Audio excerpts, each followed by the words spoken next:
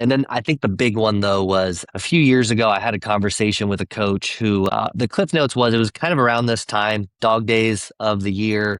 And I don't loosely use the term burnout because I think it's a pretty strong word, but he was very much, I think, trending towards that. And we had had a lot of conversations around it and the role, despite having spent his entire career getting to this point, you could almost tell he was like, is this worth it? Like, is this really what I want to do? And we had an off day coming up and he was going to go to dinner with his wife and a couple of their family friends. And he doesn't get a lot of time, obviously, given the role to actually spend time with his wife, let alone, friends. And so the day after the off day, I see him in the lunchroom and, I'm immediately like, hey, like, how was dinner? Like, I knew how much he was looking forward to it, how much he needed it. And his response did not match what I expected. Like he didn't feel lighter. He didn't felt like he was, yeah.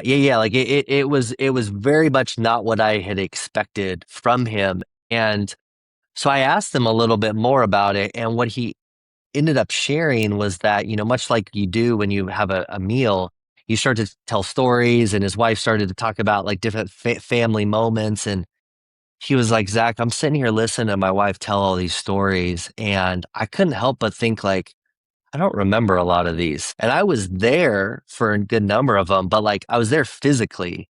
I wasn't there in my presence from a mental standpoint or from an emotional standpoint. And you could tell it was like starting to like kind of, just again, a bigger and bigger, darker cloud for him. And then he later shared that he went home that night, his wife went to bed, and he was walking through the living room in his house. And he's like, I don't know what compelled me to do this, but I look at the wall and I see all these family photos. He's like, Zach, like I'm not in a lot of them.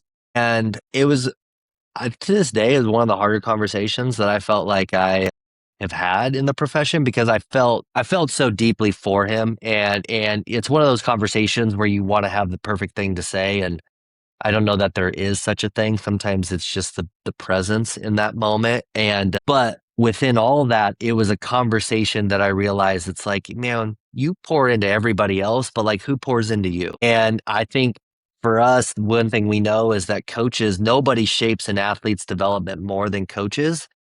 And yet they're the least supported.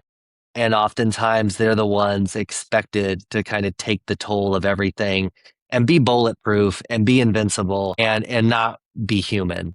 And I just felt kind of called to try to better serve them.